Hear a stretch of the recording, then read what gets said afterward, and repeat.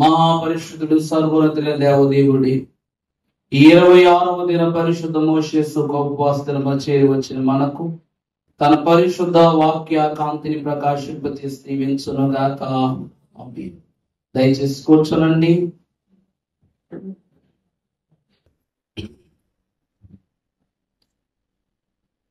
జయము రాకపోవంబే జయమను జనులకు జయమును స్తుతించు జనులకు జయమౌను స్మరించు జనులకు జయమౌను ప్రకటించు జనులకు జయమౌను జయము జయమని కలవరించిన జయమే బ్రతుకెల్లా కనప జయ పదమే కల్లా సాద్విలాస్. దేవుని యందు ప్రేమిటులారా, మహాభక్తుడు పరిశుద్ధుడు యేసు క్రీస్తు ప్రభువారి జీవితమును పోలి తన జీవితమును ఈ లోకమునందు కనపరుచుకొని అతి తక్కువ సమయములో మిక్కిలి గౌరవమును విలువను దేవుని సాక్షాత్కారమును పొందుకున్న భక్తుడైన యోసేపు గారిని గూర్చి పరిశుద్ధ దేవుని యొక్క వాక్యము ద్వారా నిన్నటి దినమున ఒక భాగమును జ్ఞాపకం చేసుకొని ఉన్నాం. ఈ దినమున పరిశుద్ధులకు దేవుని తలంచుకుంటూ తదుపరి జీవితములోని మరికొన్ని ముఖ్య ఉద్దేశాలను అంశములను ప్రభు పేరిట జ్ఞాపకము చేసుకుందాము. దేవుని వాక్యము చదువుకుందాము. పరిశుద్ధ గ్రంథములో నుండి ఆది కాండ గ్రంథము 49వ అధ్యాయము 22వ వచనం చదువు. ఓట ఎంత ఫలించడి కొమ్మ దాని రెమ్మలు గోడ మీదకి ఎక్కి వ్యాపించును. వీరుగాడు అతన్ని వేధించిరి, వారు బాణములు వేసి అతన్ని హింసించిరి. యాకోబు కొలుచు పరాక్రమశాలి అయిన వారి హస్తబలము వలన అతని విల్లు బలమైనది గాను ఇశ్రాయేలుకు బండయు మేపెడి వాడును ఆయనే. ప్రార్థన. మహాఘనుడవైన మా ప్రియ పరలోకపు తండ్రి, సృష్టికర్తవైన దేవా, నీ కృప ద్వారా ఈ ఆశీర్వాదము ద్వారా యోసేపు మహాభక్తులైన వారి జీవితములో 3 ప్రధాన అంశములలో ప్రథమ అంశమును జ్ఞాపకము చేసుకున్నట్టుకు నిన్నటి దినమున మీరు ఇచ్చిన సమయాన్ని బట్టి నేను వందిస్తున్నా. ఈ దినమున 2వ అంశములోనికి మేము వెళ్ళుచుండగా నీ పరిశుద్ధ జ్ఞాన యుక్తిని మాతో ఉంచి మమ్మల్ని బలపరచి మహాఘనమైన నీ ఏర్పాటుతో నింపివేయుమని జ్ఞానోక్తికి మహిమ యుక్తిని దయచేసి ఉన్న యేసు నామములు మిక్కిలి వినయముగా ప్రతిమలాడి వేడుకొనుచున్న మా ప్రియ పరలోకపు తండ్రి, ఆమేన్.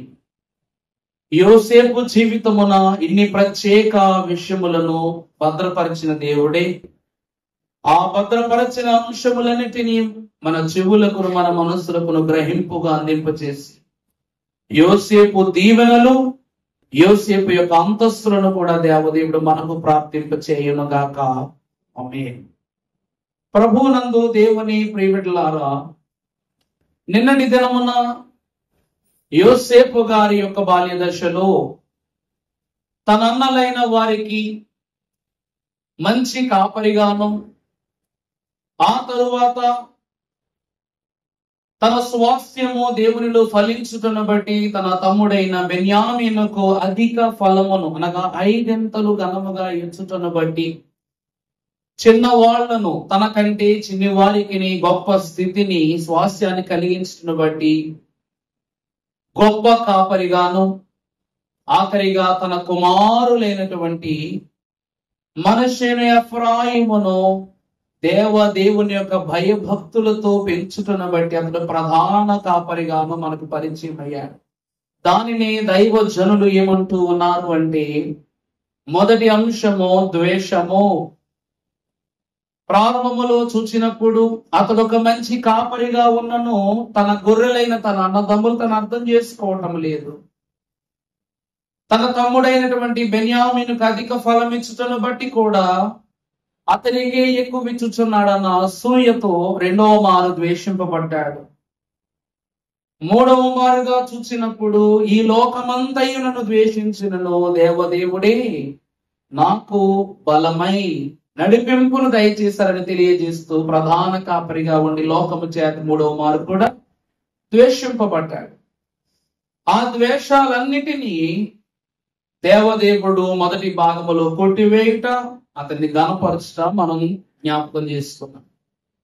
ఇప్పుడు భక్తుడైనటువంటి యాకోబు గారు రాయబడిన పాఠము 22వ వచనములో చెప్తూ ఉన్నారు, యోసేపు ఫలించడి కొమ్మ, ఓట యొద్ద అతడు ఫలించడి కొమ్మ, దాని రెమ్మలు. చాలండి. యోసేపు ఎవరట? ఫలించడి కొమ్మ.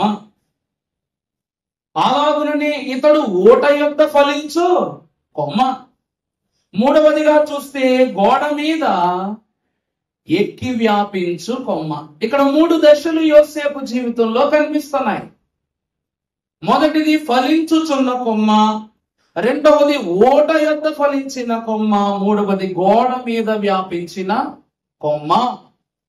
పరిశుద్ధ లేఖన భాగములో యోహాను సువార్త 15వ అధ్యాయము ప్రారంభములు మనం చదువుకున్నట్లయితే, నేను నిజమైన ద్రాక్షవల్లిని, నా తండ్రి వ్యవసాయకుడు, నాలో ఫలింపని ప్రతి తీర్యును ఆయన తీసి పారవేయించాలమ్మా.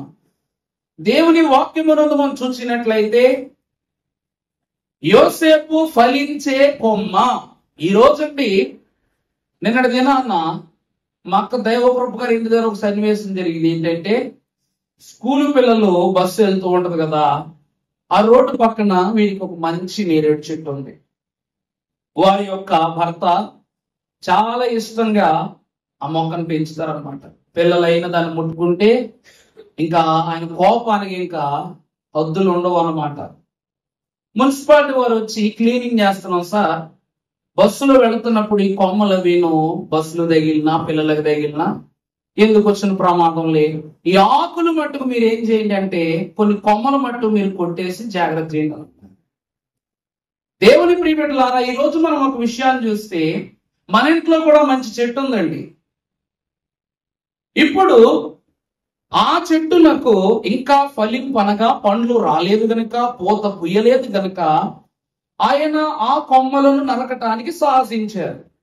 కానీ అదే కొమ్మకు ఫలములు ఉంటే నరుకుతారా? చెప్పండి, నరుకుతారా? ఎస్టర్ రాణి గారి ఇంట్లో కూడా ఒక నారింజ చెట్టు ఉండేది. ఇంతకు ముందు నారింజ చెట్టు ఉండేది, ఇప్పుడు మామిడి చెట్టు ఉంది.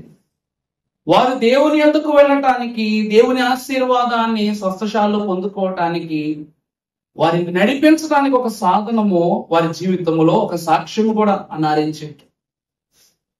ఆ ఫలములతోనే నేను దేవుని సన్నిధిలో ఎన్నో అద్భుతాలు చూడటానికి వెళ్ళేదానని వారికి ఒక సాక్ష్యం ఉంది.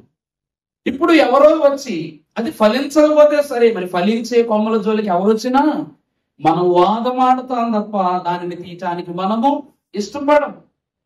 అలాగునే దేవుని వాక్యములో మనము చూసినట్లయితే యోసేపు గారు ఎవరు అనగా ఫలించే కొమ్మ. యాకోబు అన్న మహాభక్తుడు వంశావళికి వృక్షము. ఈ వృక్షములో 12 గోత్రములైనటువంటి తన 12 మంది బిడ్డలను 12 కొమ్మలుగా ఉన్నారు. అందరూ ఆకుల వలె పని చేస్తున్నారు, కానీ ఫలములు గల కొమ్మ ఎవరు అనగా యోసేపు అని దేవుని వాక్యం సెలవిస్తూ ఉన్నది. పరిశుద్ధులకు దేవదేవుడు యేసు క్రీస్తు ప్రభువారి నోట పలికించిన మాట కూడా అదే, నేను ద్రాక్షావల్లిని, మీరు తీగలు, నా తండ్రి వ్యవసాయకుడు. ఏ కొమ్మలైతే ఫలించవో వాటిని నా తండ్రి ఏం చేస్తారు? తీసి పారవేస్తారు. భక్తుడైన యాకోబు యోసేపునకు ఇచ్చిన తొలి దీవెన ఏమిటనగా ఫలించే కొమ్మ. దేవుని వాక్యాన్ని బట్టి చూస్తే మహాభక్తుడైన దావీదు గారి జీవితము నరకబడిన మొద్దుతో పోల్చబడుతూ ఉంది. నరకబడిన మొద్దు అనగా అతని తండ్రి అయిన యెషయి జీవితాన్ని మనం చూస్తే అతడు ఎవరట? నరకబడిన మొద్దు. మనం చదువుకుంటాం, యెషయి మొద్దు నుండి చిగురు పుట్టెను. అక్కడ యెషయి అనే మొద్దు నుండి చిగురు పుట్టింది. కానీ తర్వాత దావీదు యొద్దకు వస్తే ఈయన దావీదు వేరు చిగురు. గతంలో మీకు ఇంతకు ముందు వాక్యాలు చెప్పేవాడిని. మొద్దు నుండి వచ్చిన చిగురు, రెండవది వేరు నొద్ద నుండి వచ్చిన చిగురు. ఈ రెండు చిగురులలోనూ ప్రాముఖ్యమైన అంతస్తు దేనిది అంటే ప్రకటన గ్రంథం 22వ అధ్యాయం ఆఖరిలో ఉంటుంది. వద్దులేని చదవద్దు. ఇప్పుడు అందులో వ్రాయబడి ఉంటుంది అనమాట, నేను దావీదు వేరు చిగురును అనేటువంటి మాట వ్రాయబడుతుంది. 2 సార్లు దావీదు ప్రస్తావించబడతాడు ప్రకటన గ్రంథంలో. ఒకటి, ఈ గ్రంథమును విప్పుటకు యోధా గోత్రపు సింహమైన దావీదు వంశీకుడైనటువంటి యేసు క్రీస్తు ప్రభే కదా అనేటువంటి మాట. రెండవది, యోధా గోత్రపు సింహమైన ప్రభువు దావీదు వేరు చిగురైన ఆ ప్రభువే రాకడ మేఘం ఎక్కించు వారనేటువంటి మాట కూడా వాడబట్టు మనం గమనిస్తాం. ఇక్కడ ప్రభువు ఏమిటి అనగా ఫలించెడి కొమ్మ, ఫలించెడి వృక్షము, ఫలించెడి తోట అయి ఉన్నారు. ఈ దినమున దేవుని ప్రియబిడ్డలారా, అట్టివాడే యాకోబు. తన అన్నలు ఫలించలేకపోతున్నారు కాబట్టి వారు చేసే దోషక్రియలను బట్టి నరకబడుతున్నారు. మరి కోపం రాదా? కొమ్మ బలంగా ఉండి సరిపోద్దా? ఈరోజు ఎవరి కళ్ళైనా సరే పళ్ళున్న కొమ్మ మీదే పడతాయి. అందువలన దాని మీద బహు జాగ్రత్త, దాని విషయంలో బహు ఆలోచన. కొంతమంది అంటు కడుతూ ఉంటారు దానికి ఎప్పుడు. ఇలాంటి ఆలోచనలు ఫలించే కొమ్మ కొంటాను బట్టి యాకోబు మరి ప్రత్యేకంగా ప్రస్తావిస్తున్నాడు, నా కుమారుడైనటువంటి యోసేపు ఫలించు కొమ్మ. అంత మాత్రమే కాక ప్రకటన గ్రంథం 22వ అధ్యాయం 16వ వచనం చదవమ్మా. అప్పుడు సంగముల కోసము ఈ సంగతులను గూర్చి, సంగముల కోసము ఈ సంగతులను గూర్చి మీకు సాక్ష్యమిచ్చుటకు యేసును నేను నా దూతను పంపి ఉన్నాను. నా దూతను పంపి ఉన్నాను. నేను దావీదు వేరు చిగురును. ప్రభు ఏమంటూ ఉన్నారు ప్రకటన గ్రంథము ఆఖరి అధ్యాయములో, నేను దావీదు వేరు చిగురును. చాలమ్మా దేవుని ప్రియబిడ్డలారా, మనం వేకువ చుక్క తేజో నక్షత్రం అని సాతాన్ని పిలుస్తాం. కానీ అందరూ అంటుంటారు, దైవజనం లేని దేవదాసీనుడు అడిగేవారంట, అయ్యా ప్రభువు ఏ విషయమునందును ఏ స్థలాన్ని ఖాళీగా ఉంచారు కదా, మరి సాతాను స్థానం ఎవరికి వెళ్ళిపోయింది అని అంటే, ఎవరికి వెళ్ళిపోయింది? యేసు క్రీస్తు ప్రభువునకు వెళ్ళిపోయింది. అది ప్రధాన దూత స్థానమే. కానీ ఈ రోజు మన ప్రభు మనకు ప్రధాన కాపరి. ప్రభు ఎవరమ్మా? ప్రధాన కాపరి. అక్కడ ప్రధాన దూత స్థానము చెరిగిపోగా ప్రధాన కాపరి స్థానం ప్రభువుకు అక్కడ లభించింది. ఇప్పుడు ప్రభు అయిన యేసు క్రీస్తు ప్రభు ఏమంటున్నారంటే, నేను వేకువ చుక్క అంటూ ఉన్నారు. ఆనాడు వేకువ చుక్కైన సాతాను ఆకాశం నుండి దుమికి పడిపోగానే క్రీస్తు జన్మను బట్టి తూర్పు చుక్క ఉదయించింది. అది లోకానికి సంకేతము. ఆకాశమున ఒక నక్షత్రము, బెత్లెహేమున మరొక నక్షత్రము అనేటువంటి మాటలు మనము తూర్పు జ్ఞానుల యొక్క మాటలో వినవచ్చు. దేవుని ప్రియబిడ్డ ప్రభు అంటూ ఉన్నారు, నేను దావీదు వేరు చిగురును సంతానమును అంటూ ఉన్నారు. దేవుని యందు ప్రియబిడ్డలారా, యెషయా గ్రంథం 6వ అధ్యాయం 13వ వచనములో కూడా మీరు చూస్తే అదే మాట, ఒక మాట రాయబడి ఉంటుంది. యెషయా గ్రంథము 6:13, దానిలో 10వ భాగము మాత్రము విడువబడినను అదిను నాశనమగును. సింధూర మస్తకి వృక్షములు నరకబడిన తరువాత అది మిగిలియుండు మొద్దువలే నుండును. అది మిగిలియుండు మొద్దువలే ఉండును. మట్టి మొద్ద నుండి పరిశుద్ధమైన చిగురు పుట్టును. చాలండి. ఇక్కడ దేవుని వాక్యములో మనము చూసినప్పుడు 3 చిగుర్లు కనిపిస్తున్నాయి. ప్రారంభంలో చూసినప్పుడు మొద్దు నుండి వచ్చిన చిగురు, రెండవది వేరు చిగురు, మూడవది పరిశుద్ధమైన చిగురు. ఈనాడు నా కుమారుడైనటువంటి యోసేపు ఫలించు కొమ్మ అని అంటూ ఉన్నారు. చిగురు దేనికి వస్తుందంటే కొమ్మకే వస్తుంది. చిగురించిన చోటనే పండ్లు కలుగుతాయనేటువంటి విశ్వాసము కూడా మనకు కలదు. అంతే కదండి, ఏ కొమ్మకు చిగురు ఉంటుందో ఆ కొమ్మకే పండ్లు. ఆ కొమ్మనే మనం ఏం చేస్తాము? మంచిదిగాను పరిశుద్ధమైనదిగాను మనం ఎంచి చూపిస్తాం. దేవుని వాక్యములో యాకోబు భక్తుడు ఇచ్చుచున్న దీవెన తన కుమారుని బట్టి చూస్తే, మొదటిది అతడు మొద్దు నుండి వచ్చిన చిగురు. అంటే యాకోబు సంతతిలో 11 మంది పిల్లలున్నా అతడు ఫలింపు లేని మొద్దే. ఇశ్రాయేలు అని పడ్డాడు అంటే దానికి కారణం ఎవరు? యోసేపు గారే. కారణం ఏమిటంటే యోసేపు యాకోబు ఇశ్రాయేలుగా మార్చబడిన తరువాతే యోసేపు కలిగాడు. అప్పుడే గర్భఫలం తెరవబడింది రాహేలమ్మ గారికి. అందుకే ప్రియులారా, నిన్నటి దినాన మీకు ఏమని చెప్పాను?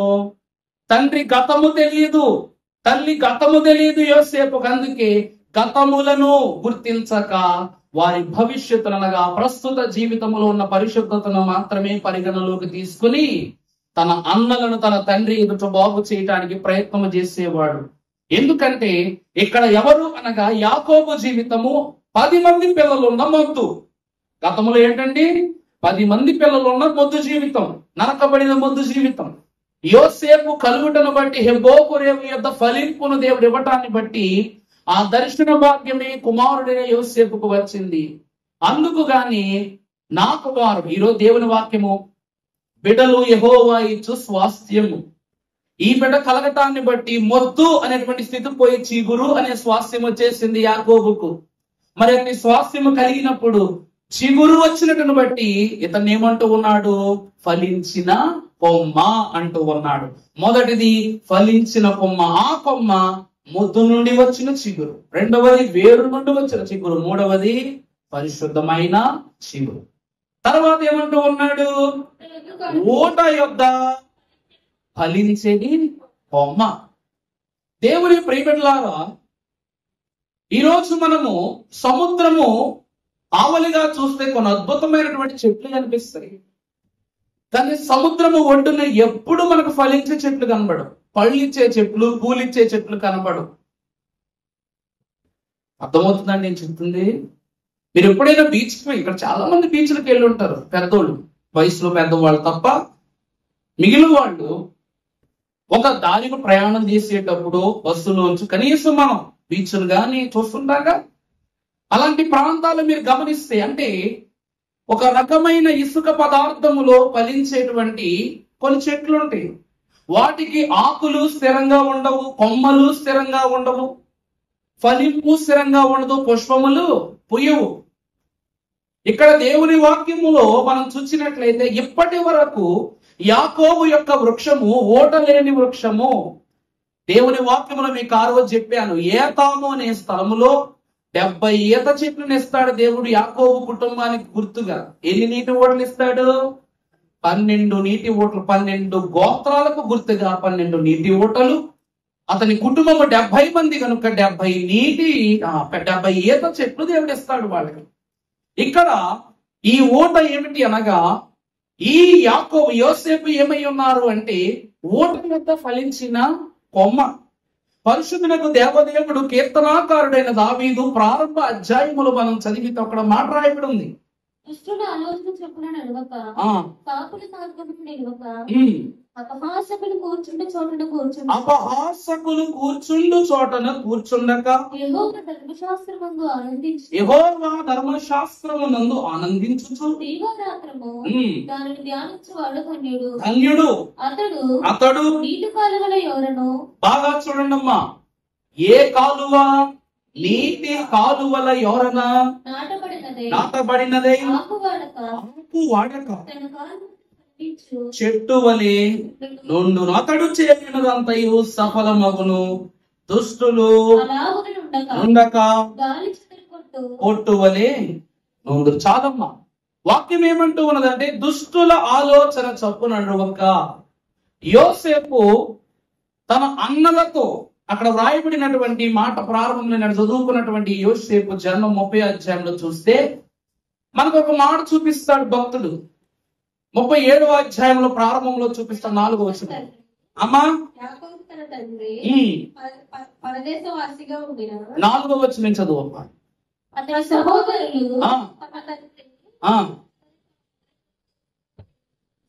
చూచినప్పుడు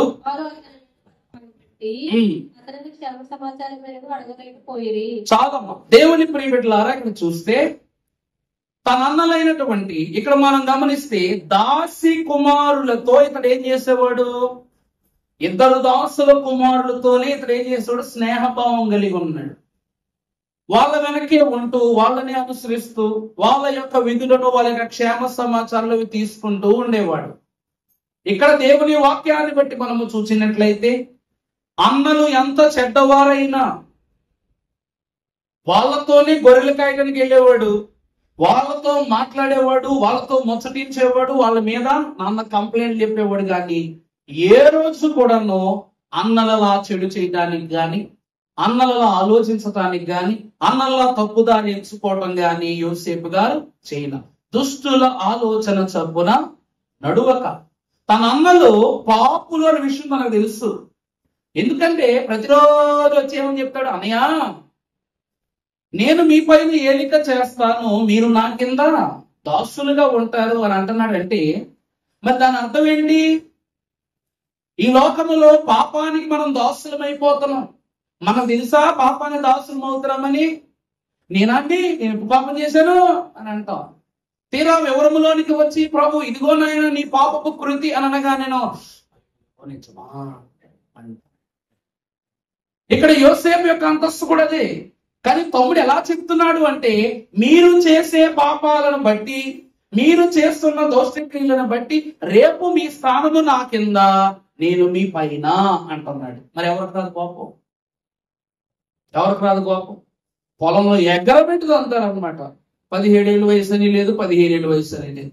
వాళ్ళేమో 30 సంవత్సరాలు 35 సంవత్సరాల పిల్లల, కంఠ బలము, కంఠ పుష్టి, ఆహార బలము, జ్ఞాన బుద్ధి కలిగిన వారు, జ్యేష్ఠుల, పెద్దోళ్ళ, ఇంకా వాళ్ళ వయసులో సగం వయసు కూడా లేని వాడు వచ్చి, నేనే మిమ్మల్ని వెళ్తాను, మీరే నా కింద బతకాలి, ఇలాంటి మాట్లాడి మన కోపం రాదా? దేవుని ప్రియబిడ్డలారా, దైవజన దేవదాస్ శేఖర్ అన్నారు, ఈ ప్రపంచంలోనట సముద్రము పక్కన ఉన్నటువంటి చెట్టు కన్నా, గోదావరి పక్కన ఉండే చెట్లు కన్నా, కాలువల పక్కన ఉండే చెట్లకే గర్వం ఎక్కువ. ఎందుకో చెప్పనండి? అది పరిశుద్ధమైనటువంటి నీరు కనుక. ఈరోజు మీరు బట్టలు అక్కడ ఎందుకు ఉతుకుతారు? గోదావరిలో ఎందుకు ఉతుకరు? చెప్పండి. నీటి ఆరన నాటబడినదై తన కాలమందు ఫలమిచ్చు చెట్టు వలె నుండును. ఈ కాలువల ద్వారానే మన పంటలకు నీళ్లు వదులుకుంటాం. మనం గోదావరిలో చదువుతామా? వదలం. మన పంటకు మన గర్వం ఏమిటి అంటే, మనము ఏర్పరచుకున్న కాలువల ద్వారా ఎంత నీరు కావాలంత నీరు వదులుతాం, పంటను పండించుకుంటాం, మిగిలిన నీరును జాగ్రత్త చేసుకుంటాం. అదే గోదావరి కట్టు కట్ట వేయగలమా? దేవుడైన యెహోవా అదే అంటూ ఉన్నాడు. తన అన్నలైనటువంటి వారిలో మహాసముద్రం అంత జ్ఞానం ఉన్నోళ్ళు ఉన్నారు, మహాసముద్రం అంత బలం ఉన్నోళ్ళు ఉన్నారు. అటువంటి బలశాలులు, జ్ఞానవంతులను కాలువ దగ్గర తలదించాలి అంటే ఎంత కోపం వస్తుంది? సముద్రం అంతా నీరే, కానీ ఒక బకెట్ నీళ్ళు తీసుకొచ్చి స్నానం చేసుకుంటాం ఇంట్లో. ఒక బకెట్ నీళ్ళు తీసుకొచ్చి మన ఇంట్లో మొక్కలకు పోస్తాము. ఈరోజు గోదావరిలో ఉంచుకొని నీళ్ళు తెచ్చుకోం, కానీ కాలువలో తెచ్చుకుంటాం నీళ్ళు. ఏ రోజైనా మిమ్మల్ని అడుగుతున్నాను, గోదావరిలో బకెట్ నీళ్ళు ఇంటికి తెచ్చుకున్నారు మీరు? మీ ఇంటి పక్కన గోదావరి కాలువ లేకపోతే తప్పదు. కాలువ ఉంటే ఏం చేస్తారు? గోదావరిని ప్రిఫర్ చేస్తారా, కాలువలు ప్రిఫర్ చేస్తారు? మీరు కాలువలకే వెళ్తారు. గోదావరి అంటే ఫస్ట్ ప్రమాదం అనుకుంటారు, రెండో దూరం. కానీ కాలువ నీరు మాత్రం ఏ మాత్రం ఆలోచించుకుంటే తెచ్చేసుకుంటాం. దేవుని ప్రియబిడ్డలారా, ఇక్కడ గొప్ప గొప్ప సముద్ర జ్ఞానం ఉన్నోళ్ళు, సముద్రం అంత స్థితి ఉన్నోళ్ళు. మనం ఏం చెప్పాను? సముద్ర వ్యాపారము ఒకరిని దాంట్లో లోపలికి రాదు. ఇస్సాకారు వారు రెండింటికి మధ్యవర్తిగా ఉన్నవాళ్ళు, అంటే అటు దేవునికి ఇటు లోకానికి మధ్య ఎంత జ్ఞానవంతులు, ఎంత బలము ఉన్న వాళ్ళు ఒక సర్వసాధారణమైన చిన్న పిల్లవాడి దగ్గర తల వంచడం అనే కోపం వారికి వచ్చేసింది. కారణం ఏమిటంటే, అతడు ఓట యొద్ద ఫలించిన కొమ్మ. దేవుడు అంత జ్ఞానం ఉన్నప్పటికీ వీరి కుటుంబానికి గుర్తుగా నీటి ఓటలనే ఇచ్చాడు, కానీ గోదావరి సముద్రం ఇవ్వలేదు. వీరికి గుర్తుగా 70 ఈత చెట్లు ఇచ్చారే కానీ వేరే శ్వాసాన్ని ఇవ్వాల. వీరు ఫలించని వారని చెప్పుటకుగా చెట్టును, ఆ ఫలింపునకు జీవ జలమే కారణమని చెప్పుటకుగా 12 నీటి ఓటలను దేవుడు వారికి అనుగ్రహించాడు. అందుకుగానే అన్నలకు అంత కోపం. పాపుల మార్గము నిలవక అపహాసకులు కూర్చున్న చోట కూర్చుండగా అతడు ఏం చేస్తున్నాడు? యెహోవా ధర్మశాస్త్రమునందు ఆనందించు, దాని దేవరాత్రములు ధ్యానించున్నాడు. అందుకే అతడు ఎవరట? ధన్యుడు. అతడు అందుకే నీటి వారు నాటబడినదై తన కాలమందు ఫలమించు చెట్టు వలె ఉండును. ఇది రెండవ అంతస్తు. మొదటిది ఏం చెప్పండి? ఫలించు కొమ్మ. రెండు, ఊట యొద్ద ఫలించిన. మూడవది ఏమిటా అమ్మా? దాని రెమ్మలు గోడల మీదకు ఎక్కి వ్యాపించు. యేసు క్రీస్తు ప్రభువునందు ప్రియులారా, పరిశుద్ధుడైన దేవదేవుడు కీర్తనల గ్రంథము ఒక పరిశుద్ధమైన మాట రాస్తారు బిడ్డల గురించి. భోజనపు బల్లల చుట్టూ మీ బిడ్డలైనటువంటి వారు ఒలీవ మొక్కల వలె, ద్రాక్ష తీగల వలె నందురు అనేటువంటి మాట. ఇతడు ఫలించి గోడల మీద వ్యాపించేవాడిగా ఉన్నాడు. దేవుని వాక్యాన్ని మనం చూచినట్లయితే యోసేపునకు దేవదేవుడిచ్చిన స్వాస్థ్యము ఏమిటనగా, యోసేపు ఎప్పుడైతే ఐగుప్తులు అడుగు పెట్టాడో ఐగుప్తు మొత్తం యోసేపు వైపు తిరిగిపోయింది. యోసేపు భాగ్యమంతా యోసేపు జ్ఞానం వైపు, ఐగుప్తు భాగ్యమంతా యోసేపు జ్ఞానం వైపు తిరిగిపోయింది. ఫరో ఏది చేయించాలన్న యోసేపు దగ్గరికి వచ్చేవాడు, ఏం మాట్లాడన్నా యోసేపుతోనే మాట్లాడేవాడు. యోసేపు ఎంత చెప్తే అంత. ఇశ్రాయేలీయులు 430 సంవత్సరాలు ఫరో పంపలేకపోవడానికి తొలి కారణం ఏమిటి తెలుసండి? భూమంతా వెతికినా సరే అంత అద్భుతమైన పనులు దొరకరు. భూమంతా వెతికినా సరే అంత ఓర్పు కలిగిన పనులు దొరకరు. భూమంతా వెతికినా సరే అంత బలవంతులు దొరకరు. వాళ్ళని ఎలా కట్టడి చేయాలో అలా కట్టడి చేశాడనమాట. యోసేపు దగ్గర ప్రతి ఇంచ్ టు ఇంచ్ యోసేపు మాటలన్నీ తల్లో పెట్టేసుకున్నాడు ఫరో. ఎందుకంటే ఒక్క కళ, ఒకే ఒక కళ. ఆ ఒక్క కళ వివరము చెప్పగానే తన దగ్గర ఉన్న గొప్ప గొప్ప శాస్త్రులు, పరిసయ్యులు, జ్ఞానులు, మంత్రులు, సైన్యము, సర్వదేశము ఏమైపోయిందంటే ఆ కళ భావానికి ఎక్కిడిసిపోయి నోళ్లు ఆవలించుకుని యోసేపు వైపు చూస్తూ ఉంది. తప్పు చేయుటకు గాను 2 సంవత్సరాలు కారాగారములో ఉన్న ఒక ఖైదీ ఒక కళ భావాన్ని చెప్పాడు అంటే నిజముగా అతని జ్ఞానం ఎంత గొప్ప జ్ఞానమో. ఆ తరువాత యోసేపును ప్రధానమంత్రిగా చేసిన తరువాత ఐగుప్తు తిరుగులేని శక్తిగా మారిపోయింది. దేశమంతా కరువు ఉంటే ఐగుప్తులో మాత్రమే లేదు, కరువు లేదు. అసలు ఐగుప్తే కరువు. అటువంటిది కరువు ఉన్న దేశాలన్నీ కరువు లేకుండా అయిపోయినాయి, కరువు లేని దేశాలన్నీ కరువులోనికి వచ్చేస్తాయి. ఐగుప్తును అన్నదాతం చేసేసాడనమాట. ఎంత జ్ఞానం చూశారా? అందుకు గాను ఇతడు ఎవరంట? గోడల మీద ఎక్కినటువంటి, చెప్పండి, కొమ్మ, ఫలించినటువంటి కొమ్మ. అంత మాత్రమే కాదు, తన 2 బిడ్డలైనటువంటి మనష్షే విషయములోను ఎఫ్రాయిము విషయములో కూడా ప్రత్యేక ఆలోచనతో అతను ముందుకెళ్ళాడు. దేవుని వాక్యం మనం చదువుకున్నట్లయితే ఆదికాండ గ్రంథము 41వ అధ్యాయము 51వ వచనం మనం చదువుకున్నప్పుడు, అప్పుడు యోసేపు దేవుని సమస్త బాధను నా తండ్రి వారందరినీ నేను మరచిపోవునట్లు చేసినని చెప్పి తన జ్యేష్ఠ కుమారునికి మనష్షే అని పేరు పెట్టాను. తన జ్యేష్ఠ కుమారునికి మనష్షే అని పేరు పెట్టాను. మనష్షే అని పేరు పెట్టాను. దేవుని ప్రియబిడ్డలారా, మనష్షే అనగా మరచిపోవుట. మనష్షే అంటే ఏమిటండి? మరచిపోవుట. దేవుని వాక్యాన్ని బట్టి యేసు క్రీస్తు ప్రభువారి యొక్క అంతస్తును పొందుకొనుటకు గాను తాను గోత్రాన్ని దాటి మనష్షే గోత్రము, ఈ గోత్రంలోనే మనష్షే జీవితం కూడా ఉంది, మనష్షే గోత్రం కూడా అయిపోతుంది. ఎందుకు ఉన్నది అంటే అక్కడ తన తండ్రి అయిన యాకోబే స్పష్టముగా సుస్పష్టముగా బోధిస్తూ ఉన్నాను. ఏమిటమ్మా? దేవుడు నా సమస్త బాధను నా తండ్రి ఇంటి వారందరినీ, నా తండ్రి ఇంటి వారిని నేను మరచిపోవునట్లు చేసినని చెప్పి మనష్షే అని. ఇక్కడ భక్తుడైన యోసేపు గారు తన కుమారులైనటువంటి ప్రథమ కుమారుడు జ్యేష్ఠుడైన మనష్షేకు ఈ పేరు పెట్టడానికి కారణం ఏంటంటే, యోసేపు గారు ఎప్పుడైతే దేవుని యొక్క వాక్ఫలములోనికి వచ్చేసారో అన్నిటినీ మర్చిపోయాడు. అన్నలు చేస్తున్న అపహాస్యాన్ని మర్చిపోయాడు, అన్నలు చేస్తున్న దోషాన్ని మర్చిపోయాడు, అన్నలకు కలిగినటువంటి స్వాస్థ్యాన్ని మర్చిపోయాడు, అమ్మకాన్ని మర్చిపోయాడు, అన్నింటినీ మర్చిపోయాడు. ఇంకా ఏమిటో చెప్పమంటారా? తన తండ్రి యొక్క తలంపులు ఎటువంటివంటే తండ్రిని మోసగించటం తెలియదా? యాకోబు తన తండ్రి అయినా ఇస్సాకును మోసగించటం యోసేపుకు తెలియదా? తెలుసు, దాన్ని మర్చిపోయాడు. రెండవదిగా తన మామను మోసగించుట మర్చిపోయాడు.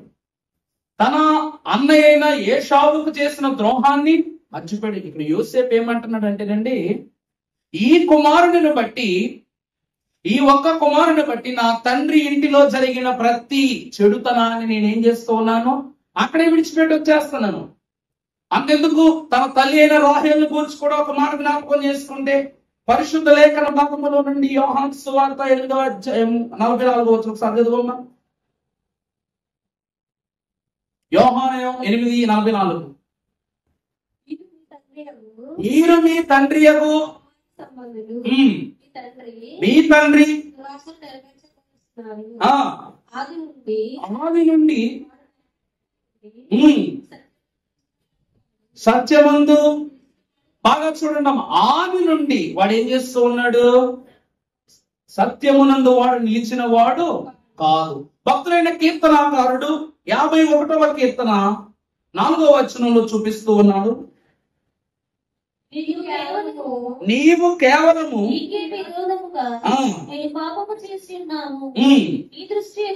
నీ దృష్టి ఎదుట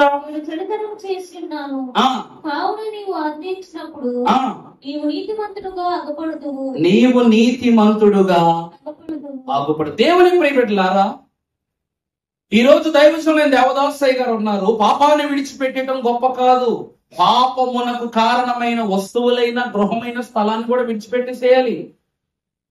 ఇక్కడ యాకోబు తన అన్నలతో గృహములో ఉండేవాడు. ఆ తరువాత ఐగుప్తు దేశానికి అమ్మబడ్డాడు.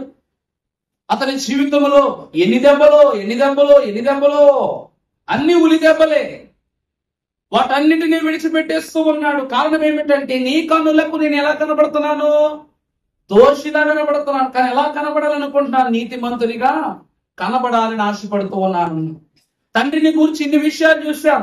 అంత మాత్రమే కాక తన తల్లి అయినటువంటి రాహేలును గురించి కూడా అంటూ ఉన్నాడు.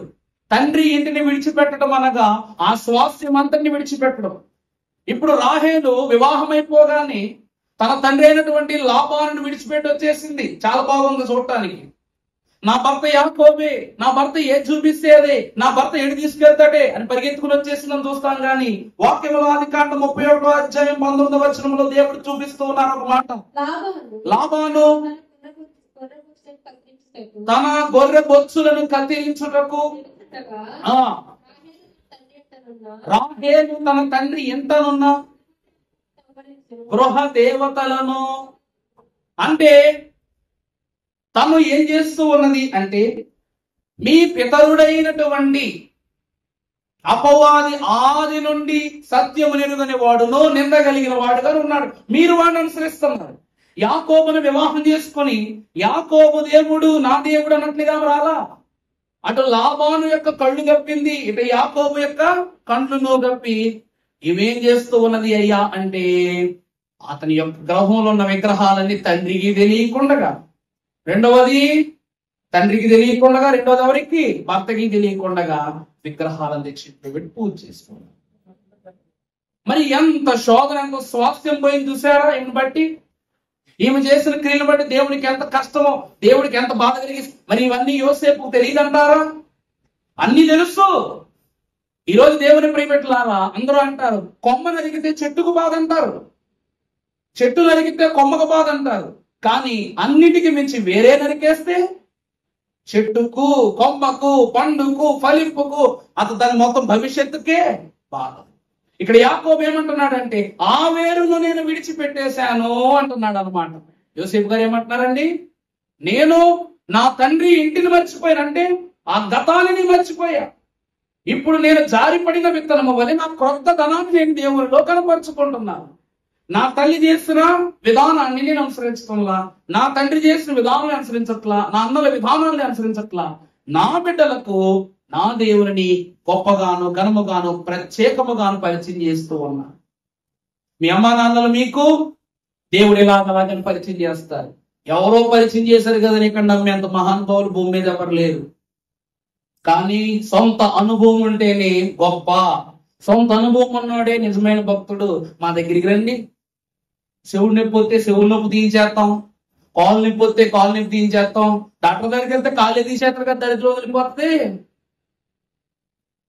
దేవుని ప్రేమికులారా, దేవుని యొద్దకు వచ్చిన ప్రతి ఒక్కరూ నాయన నాకు నొప్పి అని వచ్చేవారు కాదు. ఈ నొప్పికి నువ్వు మాత్రమే స్వస్థత చేయగలవు. అది అంటే వారిలో ఏం కనబడుతుంది? స్వంత విశ్వాసము, స్వకీయ సంపాద్యము, దేవుని ఎడల ఏకైక స్థిర భక్తి. ఎవరో వచ్చి వస్తున్నారంట, ఇల్లు అని నిలబడు, ఓటేత్తకు నిలబడుతున్నారు అక్కడ వాళ్ళందరూ. ఎవరో చెప్తే వెళ్తారు, అడిగి విశ్వాసం ఉండదు. అందుకే ప్రభు ఏమంటారు? అల్ప విశ్వాసి అంటున్నారు. అల్ప విశ్వాసి. దేవుని ప్రియమిట్లారా, అత్యల్ప విశ్వాసము తన కుమారులకు తన చరిత్ర ద్వారా, తన గతము ద్వారా, తన తండ్రుల యొక్క తాతల యొక్క గతము ద్వారా ఉండకూడదన్నట్టుకు గాను అతడు ఏమంటూ ఉన్నాడు అయ్యా అంటే, మరచిపోతూ ఉన్నాను. నా బిడ్డతో నేను ఏం చేస్తూ ఉన్నా? నా గత చీలికలను, గత శోధలన్నీ మర్చిపోతూ ఉన్నా చెప్తూ ఉన్నాడు.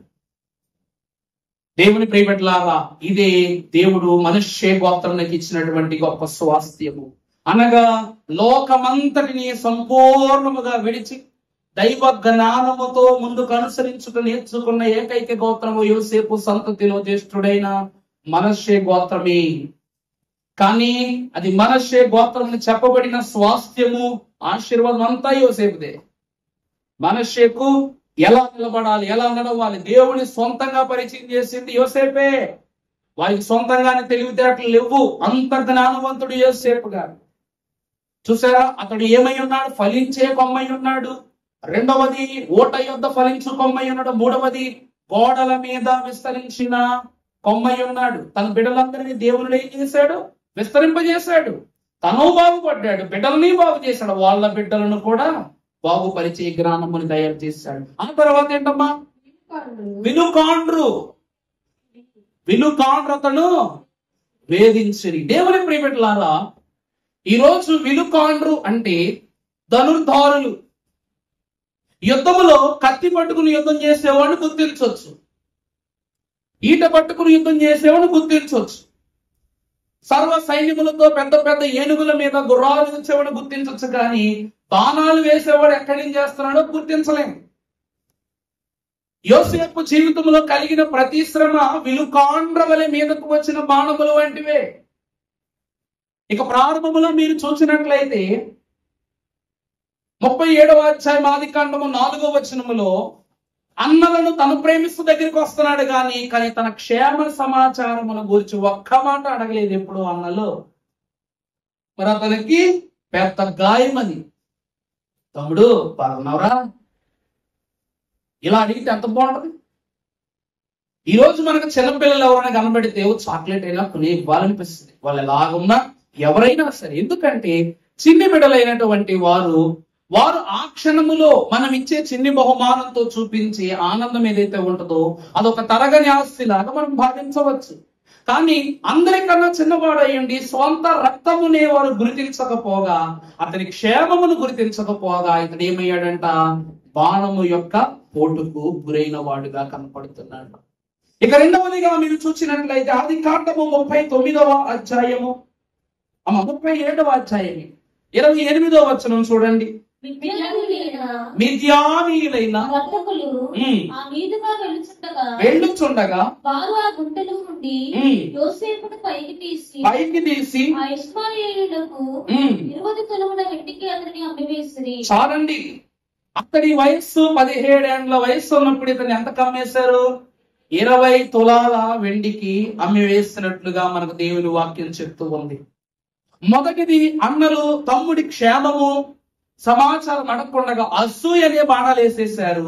రెండవది ఏమిటి అనగా వెలివేత అనేటువంటి బాణాన్ని వేశారు. ఇక నీకు మాకేమి లేదు, సంబంధం లేదు, నీ స్వాస్థ్యానికి మా స్వాస్థ్యానికి, నీ రక్తానికి మా రక్తానికి, నీ గౌరవానికి మా గౌరవానికి ఇక సంబంధము లేదని చెబుతూ ఇతడిని అమ్మివేసి వెలివేత అనేటువంటి బాణాలను వారు ఎక్కువ పెడుతూ ఉన్నారు. అంత మాత్రమే కాక తర్వాత మనం చూసినట్లయితే ఆది కాండము 39వ అధ్యాయం 7వ వచనం చదువుకున్నప్పుడు అటు తరువాత అతని యజమానుని భార్య యోసేపు మీద కన్ను వేసి తనతో సైనించమని చెప్పాను. చాలండి, ఇక్కడ మోహము బాణము, మూడవదే బాణం అండి, మోహము అనే బాణము. ఆ తర్వాత మనం తర్వాత వచనాలు 13వ వచనం 14వ వచనం చదివితే అతడు తన వస్త్రం ఆమె చేతిలో విడిచి తప్పించుకొని పోవుట ఆమె చూచినప్పుడు ఇంటి మనుషులను పిలిచి చూడుడి అతడు మనలను ఎగతాళి చేయటకు ఒక హెబ్రీయుని మన యొద్దకు తెచ్చి ఉన్నాడు. చాలండి, ఒకటి మోహం అనే బాణము, రెండవది నిందనే బాణాన్ని వేసేస్తూ ఉంది. ఆఖరిగా భర్త దేవుని చెప్తా ఉంది 19వ వచనంలో, కాబట్టి అతని యజమానుడు ఇప్పుడు నీ దాసుడు నన్ను చేసినని తన భార్య తనతో చెప్పిన మాటలు వినినప్పుడు మండిపడి అతనిని పట్టుకుని రాజు ఖైదీలు బంధింపబడు చెరసాలలో వేయించెను. చాలండి, ఆఖరిగా ఏ బాణం వచ్చి పడిందంట? చెరసాల అనే బాణం. ఎంతమంది, ఒకరా ఇద్దరా? దేవుని ప్రియబిడ్డలారా, యేసు ప్రభువు పడ్డ శ్రమలన్నీ పడ్డారు.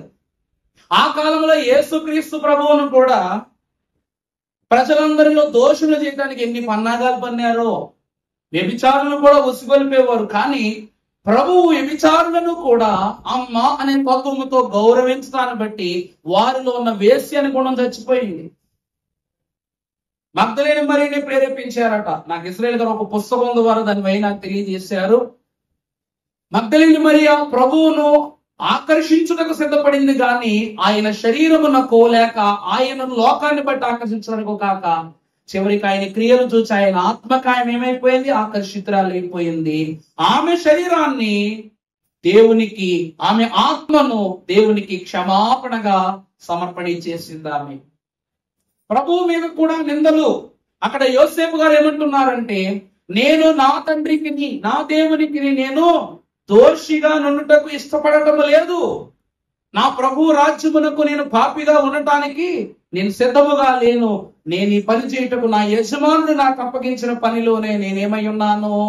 స్థిరుడై ఉన్నాను. నిందలేని వాడుగా బ్రతకాలనుకుంటున్నాను. మీరు నాకు తల్లి సమానులు అని చెప్పగానే ఆమె ఏం చేస్తూ ఉంది? వినటం లేదు. వినకుండగా నిందేస్తూ ఉంది.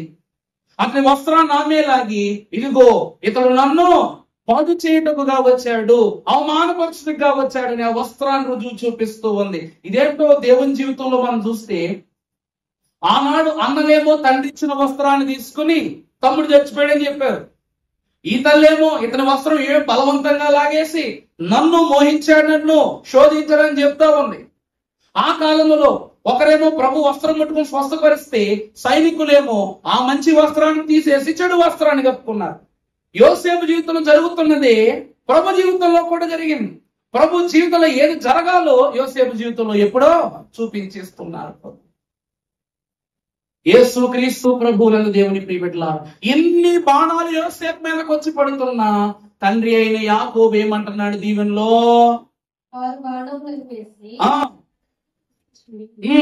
యాకోబు కొలుచు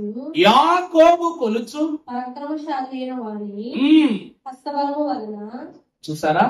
యాకోబు కొలుచు పరాక్రమశాలి అయినటువంటి వాని హస్తబలము వలన అతని విల్లు బలమైనదిగాను, ఇశ్రాయేలుకు బండయు మేపెడి వాడుగా ఆయన. దేవుని ప్రియబిడ్డలారా, యోసేపు ఎవరు అనగా ఇశ్రాయేలులకు బండ. యోసేపు ఎవరండి? ఇశ్రాయేలులకు బండ. యేసు క్రీస్తు ప్రభు అంటున్న ఆ బండ క్రీస్తే. ఆ బండ అయినటువంటి ప్రభువే ఆహార పదార్థాలుగా ఆయన కనపరుచుకున్నారు. ఆ ప్రభు ఏం చేస్తున్నారండి? ఆ యొక్క పర్లేదండి, బాగుంటుంది, ఏం కాదు, ప్రేగలిపోయింది. దేవుడు ఏం చేస్తూ ఉన్నారు అంటే, ఆ ఆహార పదార్థం అనగా ఈ రాళ్లను నువ్వు రొట్టెలుగా చేసుకుని తిను అంటూ ఉన్నారు. అనగా తనను తనే భుజించేలా ఉంటే మరి ఈ లోకానికి ఆహారం పంచడానికి ప్రభు ఎందుకు రావటం?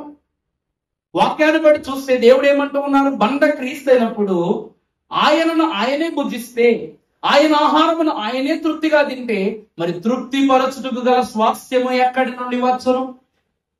ఇక్కడ యోసేపు కూడా తృప్తి పరచుటకు వచ్చిన వాడు, కానీ అతడు చెట్టంతటిలోనూ అతడే ఫలించేవాడు.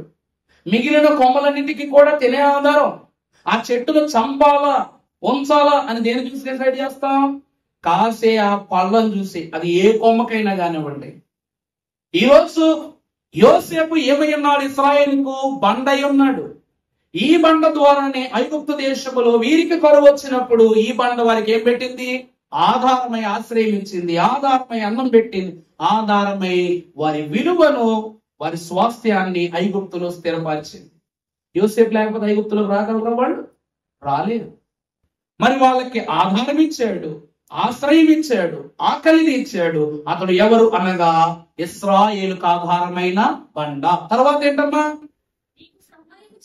నీకు సహాయము చేయు నీ తండ్రి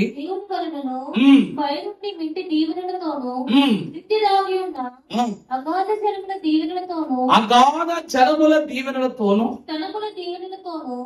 గర్భముల దీవెనలతోను నిన్ను దీవించే సర్వశక్తిని దీవెనలతోను అతని బాహుబలము సిద్ధపరచబడును. చాలండి దేవుని ప్రియబిడ్డలారా, ఇక్కడి నుండి మనకు అస్సలు నిర్గమాకాండ జీవితం ప్రారంభమవుతుంది.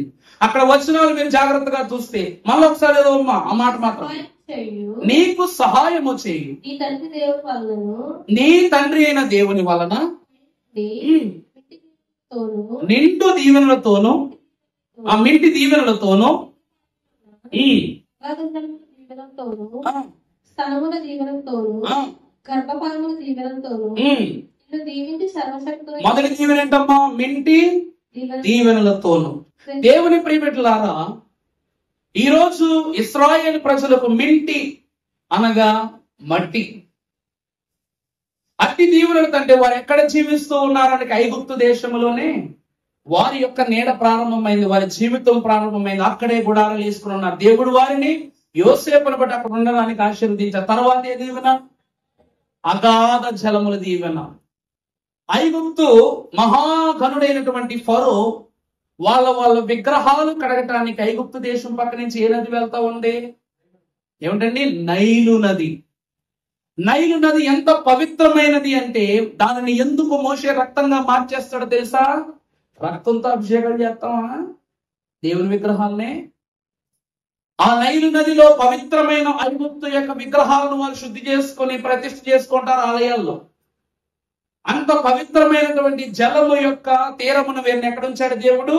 వారు తాగడానికి, తినడానికి వాళ్ళ స్వాస్థ్యాన్ని ఐగుప్తులో దేవుడు ఏర్పాటు చేశాడు. రెండోదిగా మరి ఇక్కడ ఇశ్రాయేలీయుల్ని ఉంచడానికి ఇష్టపడినప్పుడు ఇంకా నదిని మాత్రమే ఎందుకు ఉంచుతాడు? అందుకే రక్తంగా మార్చేశాడు. ఇశ్రాయేలుని ఉంచడానికి ఇష్టపడినప్పుడు ఇంకా ఐగుప్తు దేశాన్ని ఎందుకు ఉంచుతాడు దేవుడు? ఐగుప్తును కూడా నాశనం చేసేసాడు. తర్వాత స్థలముల దీవెనతోను. చూసారా? మూడవది స్థలముల దీవెనతోను అంటే ఇందాక చెప్పినట్లుగా వారు ఉండటానికి ఒక సెపరేట్ స్వాస్థ్యాన్ని. యెహోవా దేవుడు అగ్ని గంధకాలను కురిపిస్తున్నప్పుడు, 10 తెగుళ్లను రప్పిస్తున్నప్పుడు వీరందరూ ఇశ్రాయేలు ప్రజలందరినీ వేరే చోట ఉంచేవారట. ఐగుప్తు దేశస్తులందరూ ఒక చోట ఉండేవారట. ఆ చోటు మీద దేవుని కృత కార్యం జరుగుతుంది. వీరి మీదకు తెగుళ్ళు మీదకు పొర్లి పడుతున్నాయి. అంటే దేవుడు తన హస్తముద్రికతో వారిని కాచు స్థలాలను వారికి దేవుడు ఏర్పాటు చేశాడు. తర్వాత గర్భ ఫలములతో. ఫరో ఎంత బాధ పెడుతున్నా సరే ఇశ్రాయేలీయులు ఏమైపోతున్నారు? పెరిగిపోతున్నారే తప్ప తగ్గటం లేదు. దేవుడు వారు బలహీనులుగా ఉన్నారు, శక్తిహీనులుగా ఉన్నారు, ఇంకా వీరు చచ్చిపోయేలా ఉన్నారని ఫరో అనుకుంటున్నారు పాపం. కానీ తెలియని విషయం ఏమిటంటే యథారేచ్ఛగా వారు బతుకుతున్నారు. సంసార జీవితం చేసుకున్న సంసారంలో ఉన్నారు, పెళ్లి చేసుకుంటున్నారు, వివాహాలు చేసుకుంటున్నారు, పిల్లలు పేర్లు పెట్టుకునే వాళ్ళు పేర్లు పెట్టుకుంటున్నారు. వాళ్ళ జీవితం వాళ్ళదే. ఎందుకంటే భక్తులైనటువంటి ఫరో ఆ కాలమునందు మగ పిల్లలను చంపాలని నిర్ణయించుకున్నటువంటి ఫరో వీరు ఐగుప్తులోనే నివాసం చేస్తున్నప్పుడు ఎందుకు చంపడానికి ఇష్టపడలేదో తెలుసా అండి? హెబ్రీలంత గొప్ప పని ఎవరో చేయరు. వాళ్ళు స్త్రీలైనా పురుషులైనా హెబ్రీ స్త్రీలు చురుకైన వారనేటువంటి మాట మనం వింటూ ఉన్నాం. వాళ్ళు ఎంత చురుకైన వారంటే తన భర్తలైన వారు కట్టుక బానిసత్వం చేస్తున్నా కన్నుల్లా పనిచేస్తున్నారంటే దానికి కారణం ఏంటంటే వీళ్ళు వండే ఆహారము అంత అద్భుతంగా ఉంటది, అంత బలమైనటువంటి ఆహారాన్ని మీరు వండి పెట్టేవారు. దేవుడిచ్చిన ఏ చిన్ని ఈవులను మీరు వృధా చేసుకునేవారుగా ఉండరు. దేవుడిచ్చే జ్ఞానం మన దగ్గర ఉందనుకోండి, అది అణువైనా సరే గొప్పదే.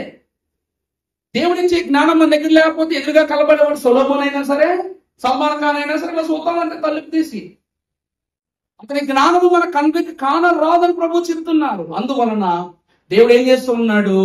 ఐగుప్తు యొక్క గర్భ ఫలాలను విస్తరింపజేస్తున్నాడు. ఇశ్రాయేలు ప్రజల యొక్క గర్భ ఫలాలను విస్తరింపజేస్తున్నాడు. తర్వాత నిన్ను దీవించు, చదువుమా, అతని బాహుబలము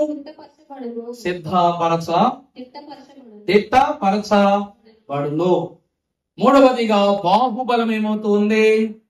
తిట్టపరచబడును అంటూ ఉంది. ఎన్ని శోధనలు వచ్చినా, ఎన్ని శ్రమలు వచ్చినా కాడి వదలలేదు, శోధనను భరిస్తూనే ఉన్నారు. భారము మోయించిన సమస్త జనులారా నా యొద్దకు రండి. ఈ పిలుపు వారి జీవితంలో పని చేసేంత వరకు ఇశ్రాయేలు ఏం చేస్తూ ఉన్నారు? దాసులుగానే పనిచేస్తూ ఉన్నారు. అందుకే అయ్యగారు కూడా కన్వెన్షన్ కీర్తన రాశారు, దాసుల ప్రార్థన తప్పక యొసగేడు యేసు నాయకుడేమా ఇలవేల్పు. ఆఖరి చరణములో ముదమున 2-3 ఒక చోటన పదిలముగా నిట ప్రార్థించన్, వదలక విడువక నొచ్చియుండునట, తనలను రక్షించగా వచ్చిన కృత రక్షణుడట అనేటువంటి మాట ఉన్నది. అంటే వారు 2-3 ఎక్కడ ఆయన నామమును ప్రార్థన చేస్తారు? వారి మధ్యన 430 సంవత్సరాలు పట్టింది. వారందరూ దేవుని జ్ఞాపకం చేసుకుని మనం ఇశ్రాయేలీయులము, దేవుని బిడ్డలము, దేవుని స్వాస్థ్యంతో బతికే వాళ్ళమని తెలుసుకోవడం ఎంతకాలం పట్టింది? 430 సంవత్సరాలు పట్టింది. అప్పుడు నా దేవా, నా ప్రభువా, నా సర్వమా, మీరు చూసే సమర్పణ ప్రాంతం మనం ఏం చెప్తాం? ఇదే అరుపు. మాకు బలం ఇచ్చిన వాడు, మాకు శక్తి ఇచ్చిన వాడు, మాకు బిడ్డలు ఇచ్చిన వాడా, మాకు స్వాస్థ్యం ఇచ్చిన వాడా, రేపు మా తండ్రి అయిన యాకోబు స్వాస్థ్యమును మాకు ఇవ్వబోవాడా, నిన్ను శరణు చూచుచున్నాము అని పాదాలు పట్టుకుని వేడుకోండి. ఇది ఏమిటనగా యోసేపు. దేవుని ప్రియబిడ్డలారా, మనం ఇచ్చేదే మనకు తిరిగి వస్తుంది. యోసేపును చిన్న చూపు చూశారు కాబట్టి ఆ తర్వాత ఏమైపోయింది? మిగిలిన వంశావళిని ఏమైపోయింది? ఐగుప్తు ఫరో చేతులు 430 సంవత్సరాలు చిన్న చూపు చూడబడ్డాయి. యేసుక్రీస్తు ప్రభువును కూడా యూదులు చిన్న చూపే చూశారుగా. ఏమంటారు? పిలాతు, ఈ పాపమునకు, ఈ శాపక్రియకు నాకు సంబంధం లేదు అక్కడ చేతులు కడుక్కుంటుంటే, ఆ శాపాలు, ఆ దోషాలు, ఆ పాపాలన్నీ ఎవరి మీద రావాలా? మా మీదకి రావాలంటే అనుభవిస్తున్నారు కదా. ఇప్పుడు యుద్ధం అంటో యుద్ధం, పొడుచుకునే అంత, చచ్చేవాడు చచ్చే అంత, ఏడ్చేవాడు ఏడ్చే అంత. నోరు ఉంది కదా అని వాడేశారు. ఆ రోజు నోరు ఉంది కదా అని మాట వేసేశారు. ఈరోజు మాటకు మాటలు పడుతున్నాయి, మీద పోట్లు పడుతున్నాయి, ఈరోజు తూట్లు పడుతున్నాయి. ఈరోజు దైవజన దేవదాసయ్య గారు అన్నారు, బైబిల్ మిషన్ వారికి ఏది ఎలా ఉండాలో మాట మాత్రం ఎప్పుడు ఎలా ఉండాలి? పొదుపుగా ఉండాలంట. మాట పొదుపు దాటిందా అదుపు దాటిపోతుంది, అదుపు దాటిందా మన జీవితమే అంతే. ఇంకా అప్పుడు లాస్ట్ లో మనము నిజంగానే వాడుకోవాల్సిన స్థిమితం లేదు కదా అని. మన అవసరం మనకి ఇవన్నీ. మొదట ద్వేషింపబడ్డాడు, రెండవది ద్వేషింపబడిన వారి యోసేపును బట్టి. యోసేపు బాణాలు, దాస్యం అనే బాణాలు విన్నాడు. తర్వాత తన అమ్మలు కూడా ఏమంటారు? దాస్యాన్ని అనుభవించారు ఐగుప్తు దగ్గర. ఈ రెండింటి తరువాత రేపుడు పాఠం ఏమిటట? స్వాస్థ్యము. ఈ లోకములో కూడా మనం ద్వేషింపబడాలి. ద్వేషింపబడిన వారు లోకమునకు దాసులు అవ్వాల్సిందే. ఎందుకంటే మా జన్మను బట్టి, నైజమును బట్టి మనం ఏమై ఉన్నాం? పాపానికి దాసులమై ఉన్నాం. కానీ వీటన్నిటిని బట్టి ప్రభువు క్షమిస్తాడని నమ్మి విశ్వసిస్తే ఈ 2 పోయి స్వాస్థ్యము దేవుడు మనకిస్తాడు. ఈ రోజు దినమున మనం జ్ఞాపకం చేసుకుని దాస్యత్వములో నుండి దేవుడు మమ్మల్ని విడిపించి దేవవాక్య స్వాస్యముతో రేపటి దినమున మనలను పలకరించాయని మహిమ పొందును గాక. పరిశుద్ధ స్తోత్రములు. సమస్త జ్ఞానములకు మించి నీ వాక్యముతో మాతో మాట్లాడిందేవా. యోసేపు కూడా అందరి వంటి వాడే నాయన, కానీ చెడు అనే గతాన్ని విడిచి మంచి అనే భవిష్యత్తును చూసి ప్రస్తుతం అనేటువంటి విలువలను కాపాడుకున్న వారి పరలోక మార్గమును పరిశుద్ధులు కాగలరన్నారు. నీ మార్గోపదేశమును నిజనులమైన మాకు మీరే మెండుగా దయచేసి దీవించి మహిమ పొందమని కృత రక్షకుడైన యేసు నామములు వేడుకొనుచున్నాము తండ్రి. ఆమేన్.